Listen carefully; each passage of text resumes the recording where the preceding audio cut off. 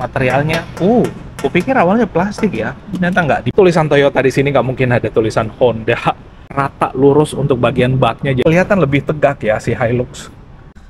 Mantep banget, ini pandangan mata saya rata sama ini.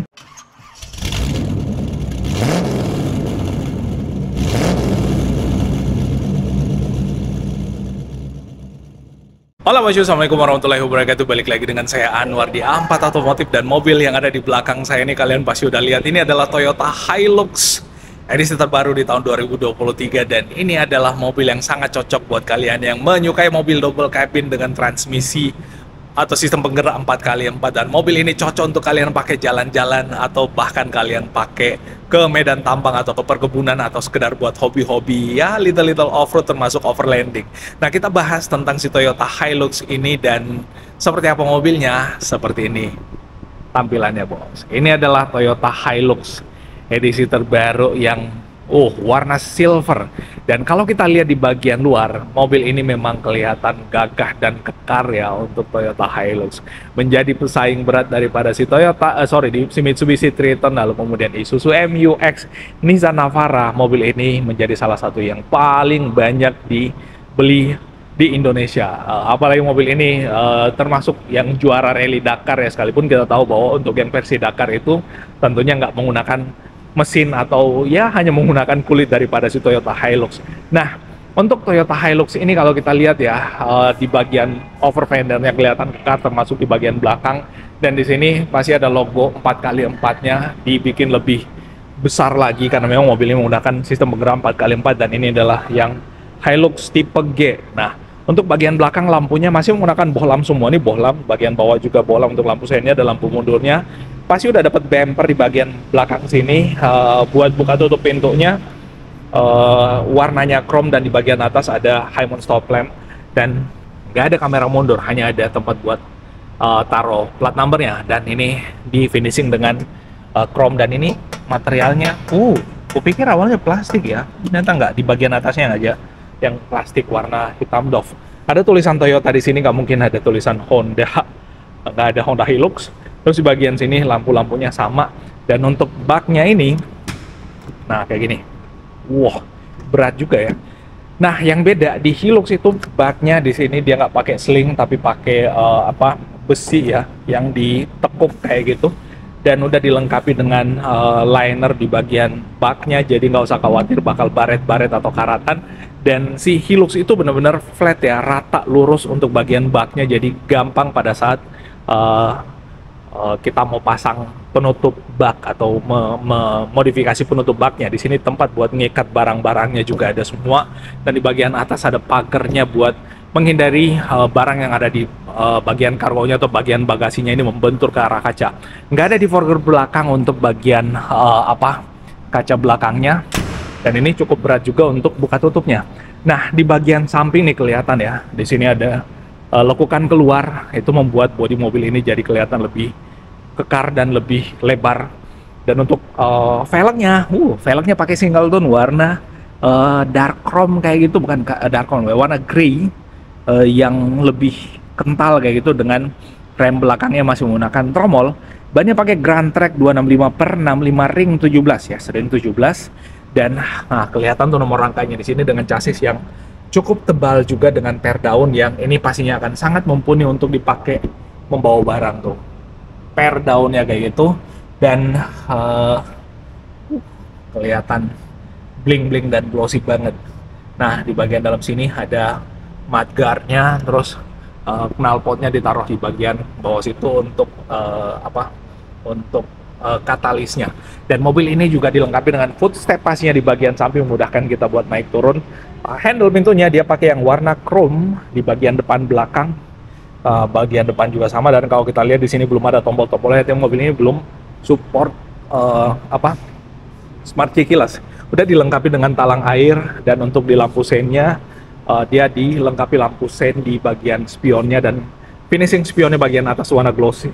Lalu kemudian di sini ada tulisan Hilux lagi untuk bagian depan, profil velg dan bannya sama dengan rem cakram jadi lebih pakem. Nah, upper armnya tuh kelihatan banget sih Hilux di bagian atas ini, yang biasanya diganti dan dimodifikasi oleh modifikator yang menginginkan Hiluxnya lebih keren lagi. Nah, ada logo Hilux di sini, lalu kemudian ini ada semacam kayak tanduknya lagi untuk lampunya, nggak tahu dibuat apa ya. Yang jelasnya ada kayak gitu. Lalu kemudian untuk lampu depannya semuanya masih pakai bohlam, bohlam, bohlam, bohlam untuk lampu seinnya, lampu depan, lampu jauh, lampu dekatnya sama masih pakai bohlam dengan reflektor. Lalu kemudian untuk grillnya dia finishingnya black glossy kayak gini. Lalu kemudian ini ada logo Toyota yang cukup besar di bagian depannya, dan ini finishing di bagian grill depannya menggunakan warna chrome yang ukurannya cukup besar. Dan untuk bagian bawah nih kalau kita lihat ya, ada pelindung bagian mesinnya juga, termasuk plastik di bagian sini untuk melindungi bagian radiator atau intercooler kena stone chip atau lemparan batu-batu kerikil pada saat mobil ini dipakai di jalanan yang berpasir atau berkerikil. Nah, itu di bagian luarnya, di atas kelihatan antenanya masih menggunakan antena batangan di bagian tengah. Dan interiornya, kunci. Kita ambil kuncinya dulu. Untuk kunciannya ada di sini nih. Nah, nih kuncinya si Hilux. Kelihatan seperti smart key keyless juga ya. Nah tuh, wow, lampu seinnya kelihatan banget di bagian bawah. Kita coba intip di bagian dalamnya. Dia pakai anakan kunci ya. Dapat 3 kunci ya si Hilux ya. Kita lihat dalam. Wah, bener. Dia belum menggunakan start stop engine button. Dia masih menggunakan anakan kunci biasa, kayak yang ada di bawah sini nih.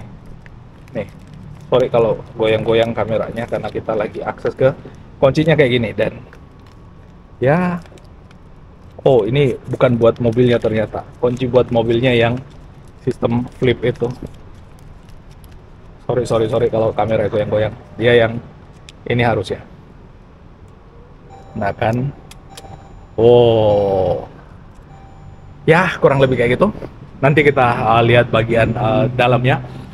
Untuk bagian trim pintunya di sini materialnya nggak yang kulit ya. Dia dengan fabric kayak gini, dengan plastik bagian atas, plastik semua kecuali yang bagian ini fabric untuk dudukan tangannya. Buat tutup pintunya, lalu kemudian untuk power window-nya udah pakai yang auto bagian driver, yang lain masih belum. Pengaturan window-nya bisa di retract pula, lock unlock door dan window. Di bagian bawah sini ada bottle holder dan buat naruh file di belakangnya. Ada speaker lagi di bagian bawah, plate tulisan Toyota, lalu kemudian karpet juga tulisan Toyota Hilux. Hilux aja, bukan Toyota. Sebentar kita explore bagian depannya. Kita ke yang bagian belakang dulu. Nah, untuk bagian belakang finishingnya sama di bagian trim pintu. Kecuali tombol power window hanya ada 1 di sini pastinya. Dan untuk ini kursinya kelihatan lebih tegak ya si Hilux. Kursinya kelihatan lebih tegak, dan ini ready unitnya ya. Si Hilux ini ready unitnya. Jadi kalau kalian mau langsung bisa bawa pulang, bos. Dan ini joknya pakai material yang fabric juga. Di sini ada hand gripnya, lalu kemudian di atas sini ada tempat buat naruh barang, tempat buat gantungan barang juga ada di situ. Dan di atas sini ada hand grip lagi yang dia nggak model retract, model fix kayak gitu. Dan ini untuk naik turun mobilnya gampang karena ada footstepnya, lalu kemudian masuk ke atas. Dan ini rada rata di bagian bawah. Harusnya kaki kita akan nyaman pada saat kita kolongkan masuk ke dalam. Mantap juga ya. Termasuk ada buat gantungan baju atau gantungan barang di bagian situ. Luar biasa ya. Nah, ada tulangannya sedikit di sini. Nggak tahu fungsinya apa, tapi yang jelasnya dari situ. Nah, sekarang kita coba masuk ke bagian drivernya. Untuk bagian driver di sini pengaturan buat high adjuster. Memang butuh Hilux high adjuster karena ini mobil yang sangat tinggi dan commanding. High adjusternya dia masih manual dengan pompa.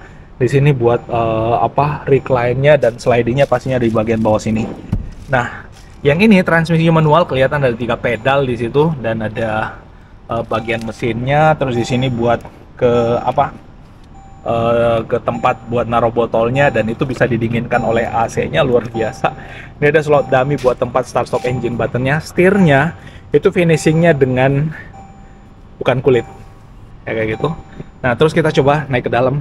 Bismillahirrahmanirrahim. Wow. Duduk di dalam Hilux rasanya ya mantap ya, rasa double cabin. Dan ini kita berasa kayak MPV sebenarnya karena posisi dashboardnya tuh tinggi ternyata ya.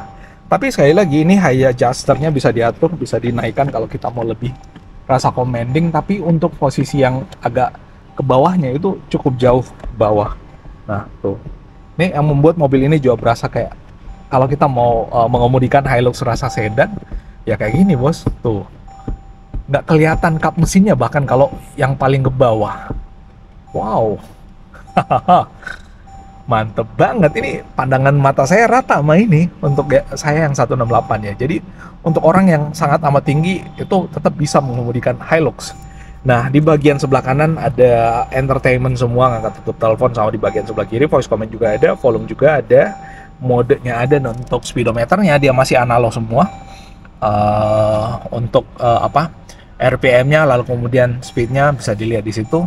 Di sini nggak ada pedal shifternya pasti kan ini manual, lalu kemudian wiper sebelah kiri, lampu di bagian sebelah kanan, dan ini setirnya bisa diatur buat naik turun maju mundur, sangat amat komplit untuk yang ingin menyesuaikan dengan postur tubuh.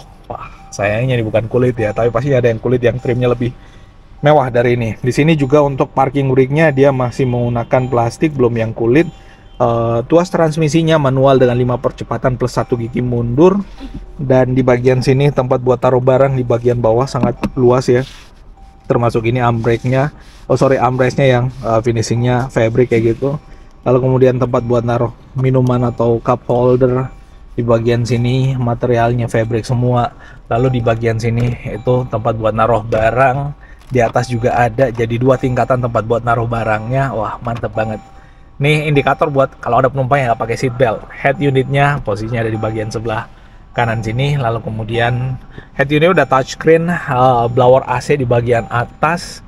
Nah, ini buat jamnya bisa diatur, di reset di situ. Buat blower AC-nya bisa diatur atas bawahnya. Lampu hazard, spion tengahnya dia yang manual dimming. Lampu bacanya, warnanya kuning, bohlam. Dan ini tempat buat naruh kacamata, wajib untuk mobil-mobil double cabin. Nah, ini yang lampu baca di bagian belakang nih. Sun visor, vanity mirror, sun visor juga dengan tanpa vanity mirror. Sini hand gripnya sekali lagi bukan yang retract.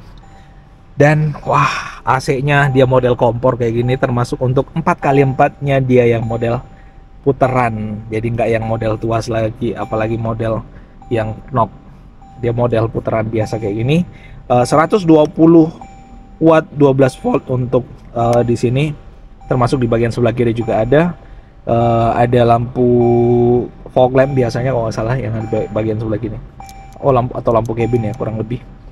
Nah, terus di sini ada differential lock-nya kalau nggak salah, bisa di on off kan. Stability control juga ada di situ. Nah, ini adalah double cabin yang sangat amat familiar dan sangat amat terkenal juga, menjadi pesaing berat dari Triton. Dan kalau kalian tertarik sama ini mobil, khususnya buat kalian yang ada di Makassar, langsung hubungi nomor kontak kita yang ada di layar atau di profile atau di deskripsi video. Itu yang bisa kita update, bosku. Kalau ada yang keliru dan salah, mohon dimaafkan, dan kita ketemu pada ulasan otomotif seru menarik berikutnya. Assalamualaikum warahmatullahi wabarakatuh. Bye bye.